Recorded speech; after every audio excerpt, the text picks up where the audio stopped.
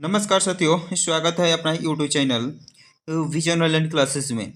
हम आशा करते हैं कि आप मस्त और ज़बरदस्त होंगे और आपकी तैयारी काफ़ी ज़बरदस्त चल रही होगी। आज हम इस क्लास में बिहार डीएलएड का जो इंट्रेंस एग्ज़ाम 2025 में होने वाला है, फरवरी 2025 में, उसमें से हम प्रैक्टिस सेट हिंदी का प्रैक्टिस सेट लेकर आए हैं। प्रैक्टिस सेट 1 होगा, जिसमें से हम 25 क्वेश्चन करेंगे जो एग्ज़ाम में काफ़ी इम्पोर्टेंट रहता है। हिंदी का क्लास, हिंदी का क्वेश्चन उसी को जो हम नए सिलेबस के अनुसार इस प्रैक्टिस में करने वाले हैं, जो बिहार डीएलएड में पूछा जाता है हिंदी से प्रश्न। चलिए, अगर आप मेरे चैनल को सब्सक्राइब नहीं किए हैं तो प्लीज़ चैनल को सब्सक्राइब कर लेना और साथ में बेल आइकन को प्रेस कर लेना, जिससे आने वाला वीडियो का नोटिफिकेशन आपके पास समय समय पर पहुंचती रहे। तो चलिए आज के क्लास को स्टार्ट करते हैं। क्वेश्चन की तरफ बढ़ते हैं।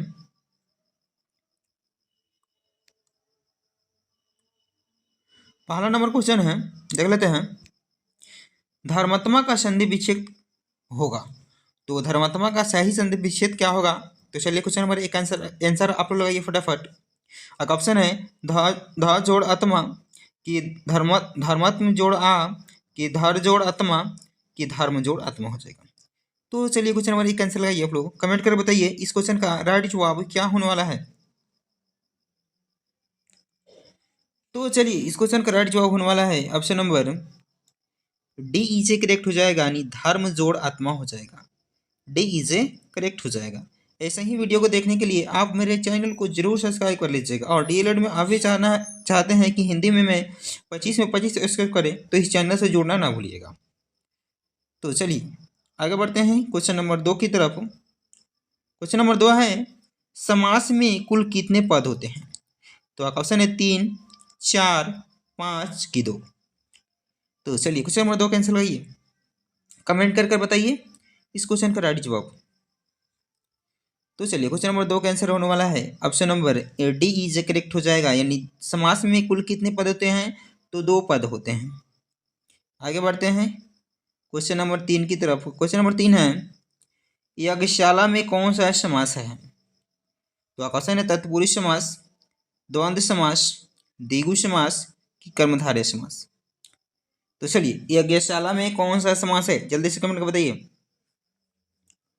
तो चलिए क्वेश्चन नंबर 3 का आंसर होने वाला है option number A is correct हो जाएगा, यानी तत्पुरुष समास हो जाएगा। ए इज करेक्ट हो जाएगा। आगे बढ़ते हैं क्वेश्चन नंबर 4 है, सपूत शब्द में कौन सा उपसर्ग है? तो क्वेश्चन है स, सु, सब, पुत। तो चलिए क्वेश्चन नंबर 4 का आंसर लगाइए। सपूत में कौन सा उपसर्ग है? तो चलिए क्वेश्चन नंबर 4 का आंसर होने वाला है option number A is correct हो जाएगा, यानी स उपसर्ग है। उपसर्ग कहाँ लगता है? तो शब्द से पहले लगता है। शब्द से पहले लगता है। और प्रत्यय कहाँ लगता है? तो शब्द के बाद में प्रत्यय लगता है। चलिए तो इस क्वेश्चन का राइट जवाब हो जाएगा ए इज करेक्ट, यानी सपूत में कौन सा उपसर्ग है? तो स उपसर्ग है। उपसर्ग शब्द से पहले लगता है और प्रत्यय बाद में लगता है। आगे बढ़ते हैं क्वेश्चन नंबर 5 है, मैं पढ़ रहा हूं किस वाक्य का उदाहरण है? तो क्वेश्चन है विधिवाचक कि संदेहवाचक कि इच्छावाचक कि संकेतावाचक। तो चलिए क्वेश्चन नंबर 5 कैंसिल गई। मैं पढ़ रहा हूं किस प्रकार का वाक्य है? तो चलिए क्वेश्चन नंबर 1 कैंसर 5 का आंसर होने वाला है option number A is correct हो जाएगा, यानी विधिवाचक हो जाएगा। ए इज करेक्ट हो जाएगा। चलिए अगर वीडियो आपको अच्छा लग रहा है तो वीडियो को ज़्यादा से ज़्यादा लोगों तक शेयर कर दीजिए। चलिए क्वेश्चन नंबर 6 है, एनेक्सरी के लिए सही परिभाषित शब्द नहीं है। तो क्वेश्चन है अनुलग्नक की परिशिष्ट की आसंजक की संगलन। चलिए क्वेश्चन नंबर 6 का आंसर लगाइए। तो चलिए क्वेश्चन नंबर 6 का आंसर होने वाला है option number C is correct हो जाएगा, यानी आसंजक नहीं है। सी इज करेक्ट हो जाएगा। आगे बढ़ते हैं, क्वेश्चन नंबर 7 देख लेते हैं। कारक के कितने भेद होते हैं? 5, 6, 7 कि 8? तो चलिए, कारक के कितने भेद होते हैं? क्वेश्चन नंबर 7 कैंसिल करिए। तो चलिए, क्वेश्चन नंबर 7 कैंसिल होने वाला है। Option number D is correct हो जाएगा, यानी 8 होते हैं। कारक के कितने भेद होते हैं? तो 8 होते हैं। डी इज करेक्ट हो जाएगा, 8 भेद होते हैं कारक के। आगे बढ़ते हैं क्वेश्चन नंबर 8 की तरफ। क्वेश्चन नंबर 8 है, सम्राट शब्द का स्त्रीलिंग है। तो सम्राटी हो जाएगा कि सम्राज्ञी हो जाएगा कि राजकुमारी हो जाएगा कि रानी हो जाएगा? तो चलिए, क्वेश्चन नंबर 8 कैंसिल करिए आप लोग। क्या होने वाला इसको करेक्ट जवाब? जो भी भाई बहन बिहार डीएलएड करना चाहते हैं, 2025 में एग्जाम निकलना चाहते हैं, वह इस चैनल को जरूर सब्सक्राइब कर लीजिएगा। तो चलिए, क्वेश्चन नंबर 8 का आंसर होने वाला है option number B is correct हो जाएगा, यानी सामाग्यायी हो जाएगा। वी इज करेक्ट हो जाएगा। सम्राट का विलोम क्या हो जाएगा? तो समग्राही हो जाएगा। आगे बढ़ते हैं क्वेश्चन नंबर 9 की तरफ। क्वेश्चन नंबर 9 है, चादर से बाहर पैर पसारना मुहावरे का अर्थ क्या होगा? Must VVI question Bihar DElEd 2025 के लिए। चादर से बाहर पैर पसारना मुहावरे का अर्थ क्या होता है? तो क्वेश्चन है, चादर ओढ़ के सोना, कि चादर से पैर ढकना, कि कंजूस होना, कि आय से अधिक व्यय करना? तो चलिए, क्वेश्चन नंबर 9 कैंसिल करिए फटाफट। तो चलिए, क्वेश्चन नंबर 9 कैंसिल होने वाला है। Option number D is correct हो जाएगा, यानी आय से अधिक व्यय करना। डी इज करेक्ट हो जाएगा। हम बहुत जल्दी ही इस प्रैक्टिस सेट को ख़त्म करेंगे, बहुत जल्द, एग्जाम से पहले। तो चलिए, क्वेश्चन नंबर 10 देख लेते हैं। क्वेश्चन नंबर 10 है, इनमें से कौन सा वाक्य अशुद्ध है? तो क्वेश्चन है, मुझे तुम्हारी बातें सुननी पड़ी, बेटी पराए घर का धन होता है, कि भारत में अनेक राज्य है, कि प्रत्येक वृक्ष फल नहीं देता है? तो इसमें वाक्य कौन अशुद्ध है, इसको चुनना है। तो चलिए, इस क्वेश्चन का राइट जवाब होने वाला है option number C is correct है। भारत में अनेकों राज्य नहीं है। भारत में कितने राज्य है? 28 राज्य है। ये सब 28 राज्य है। और ऑप्शन मुझे तुम्हारी बातें सुननी पड़ी, ये भी सही है। बेटी प्राय घर का धन होती है, ये भी सही है। प्रत्येक वृक्ष फल नहीं देता, ये भी सही है। लेकिन क्या है, भारत में अनेक राज्य नहीं है, ओनली 28 राज्य। ये क्या है? गलत है। आगे बढ़ते हैं क्वेश्चन नंबर 11 की तरफ। क्वेश्चन नंबर 11 है, अब दरवाजा खोला जा सकता है, रेखांकित शब्द में कौन सा पदबंध है? तो संज्ञा पदबंध है, कि क्रिया पदबंध है, कि सर्वनाम पदबंध है, कि क्रिया विशेषण पदबंध है? 11 कैंसिल करिए आप लोग। तो चलिए, इस क्वेश्चन का राइट जवाब होने वाला है option number V is correct हो जाएगा, यानी क्रिया पदबंध हो जाएगा। वी इज करेक्ट हो जाएगा। आगे बढ़ते हैं, क्वेश्चन नंबर 12 देख लेते हैं। क्वेश्चन नंबर 12 है, वाच्य का शाब्दिक अर्थ क्या है?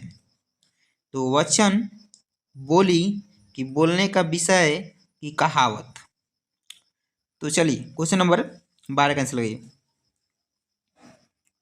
तो चलिए, क्वेश्चन नंबर 12 कैंसिल होने वाला है ऑप्शन नंबर ये सी इज करेक्ट हो जाएगा, यानी बोलने का विषय हो जाएगा। सी इज करेक्ट हो जाएगा, बोलने का विषय। आगे बढ़ते हैं, क्वेश्चन नंबर 13 देख लेते हैं। क्वेश्चन नंबर 13 है, तुमसे बोला नहीं जाता वाक्य किस वाच्य का उदाहरण है? तो कृत्यवाच्य है, कि कर्मवाच्य है, कि भाववाच्य है, कि इनमें से कोई नहीं? तो चलिए, क्वेश्चन नंबर 13 का आंसर होने वाला है option number V is correct हो जाएगा, यानी कर्म, सॉरी इस क्वेश्चन का राइट जवाब होने वाला ऑप्शन नंबर सी हो जाएगा, यानी भाववाच्य हो जाएगा। सी इज करेक्ट हो जाएगा। आगे बढ़ते हैं, क्वेश्चन नंबर 14 देख लेते हैं। सूर्य अस्त हो गया, इस वाक्य में विभिन्न लोगों द्वारा जो अर्थ ग्रहण किया जाएगा वह होगा? तो अभिधा शक्ति द्वारा, कि व्यंजना शक्ति द्वारा, कि लक्षणा शक्ति द्वारा, कि कोई नहीं? चलिए, 14 कैंसिल लगाइए। तो चलिए, क्वेश्चन नंबर 14 का आंसर होने वाला है option number B is correct हो जाएगा, यानी व्यंजना शक्ति द्वारा हो जाएगा। वी इज ए करेक्ट हो जाएगा। आगे बढ़ते हैं, क्वेश्चन नंबर 15 देख लेते हैं। क्वेश्चन नंबर 15 है, कुंभकर्ण निद्रा सोने वाले को श्वान निद्रा सोने वाला कहा गया है, इस कथन में शब्द शक्ति है। तो क्वेश्चन है अभिधात्मक अर्थ कि लक्षणात्मक अर्थ कि दो विकल्प सही है कि व्यंग यार्थक।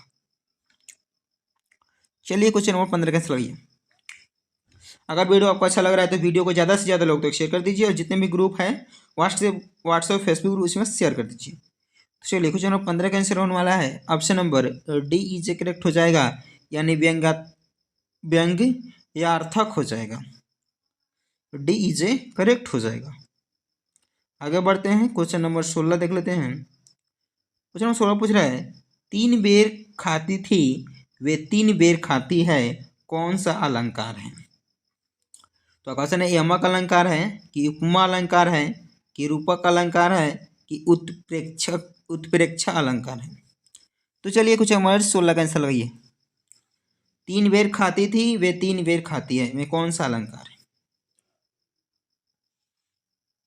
तो चलिए क्वेश्चन नंबर 16 का आंसर होने वाला है option number A is correct हो जाएगा, यानी यमक अलंकार हो जाएगा। ए इज करेक्ट हो जाएगा।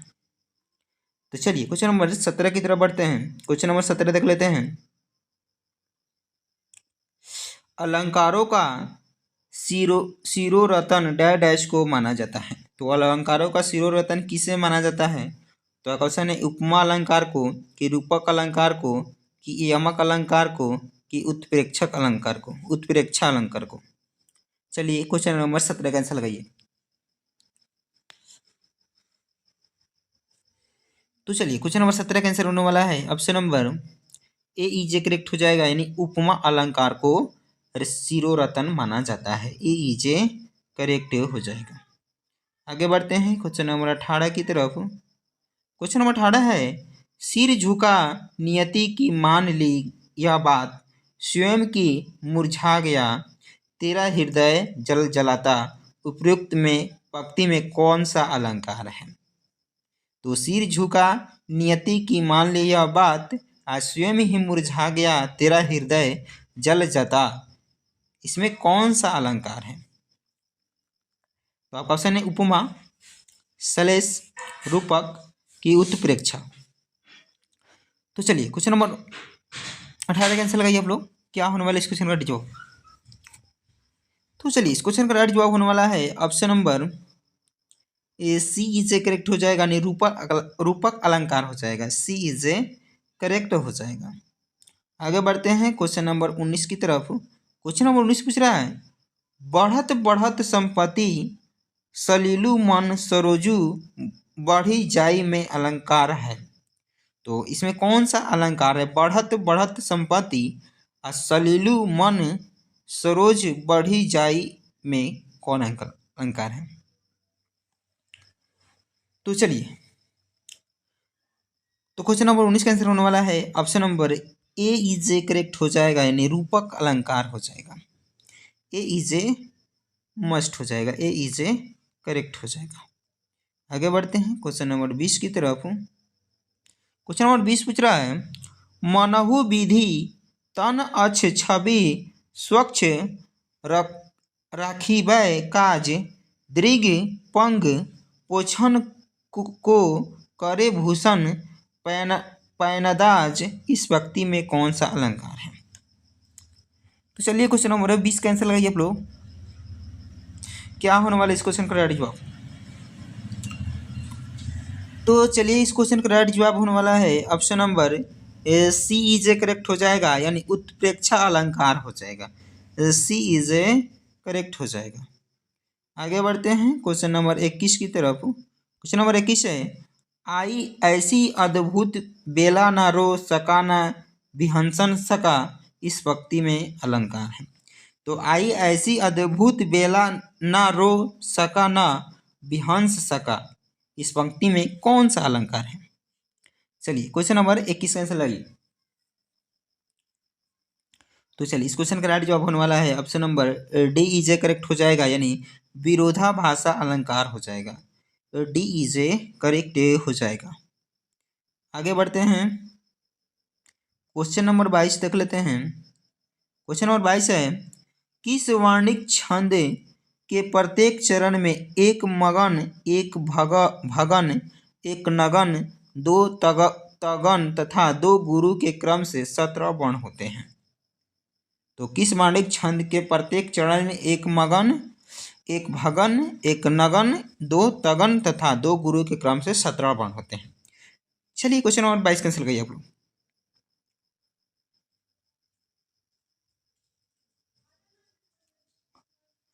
तो चलिए क्वेश्चन नंबर 22 कैंसिल होने वाला है। Option number A is a correct हो जाएगा, यानी मंदा क्रांता हो जाएगा। ए इज ए करेक्ट हो जाएगा। आगे बढ़ते हैं क्वेश्चन नंबर 23 की तरफ। क्वेश्चन नंबर 23 पूछ रहा है, काव्य शोभाया कर्तारो धर्मा गुण किसका कथन है? तो चलिए क्वेश्चन नंबर 23 कैंसिल आइए। तो चलिए इस क्वेश्चन का राइट जवाब होने वाला है option number A is a correct हो जाएगा, यानी बामन का यह कथन है। बामन, ए इज ए करेक्ट हो जाएगा। आगे बढ़ते हैं क्वेश्चन नंबर 24 की तरफ। क्वेश्चन नंबर 24 पूछ रहा है, विभाव के कितने भेद होते हैं? तो विभाव के कितने भेद होते हैं? तो चलिए क्वेश्चन नंबर 24 का आंसर होने वाला है option number V is a correct हो जाएगा, यानी दो होते हैं। विभाग के कितने भेद होते हैं? दो होते हैं। चलिए आज के लिए इतना ही था, फिर मिलते हैं नेक्स्ट वीडियो में। अगर वीडियो आपको अच्छा लगा है तो कमेंट करके जरूर बताइएगा कि आपको वीडियो कैसा लगा है। ऐसे ही हम डेली प्रैक्टिस सेट लाते रहेंगे अगर वीडियो आपको अच्छा लग रहा है तो। चलिए फिर मिलते हैं नेक्स्ट वीडियो में। आपका दिन शुभ हो और आपकी तैयारी कैसी चल रही है ये भी कमेंट कर बताइएगा। हम डेली एक वीडियो आपके पसंद से लाएंगे। जय हिंद दोस्तों।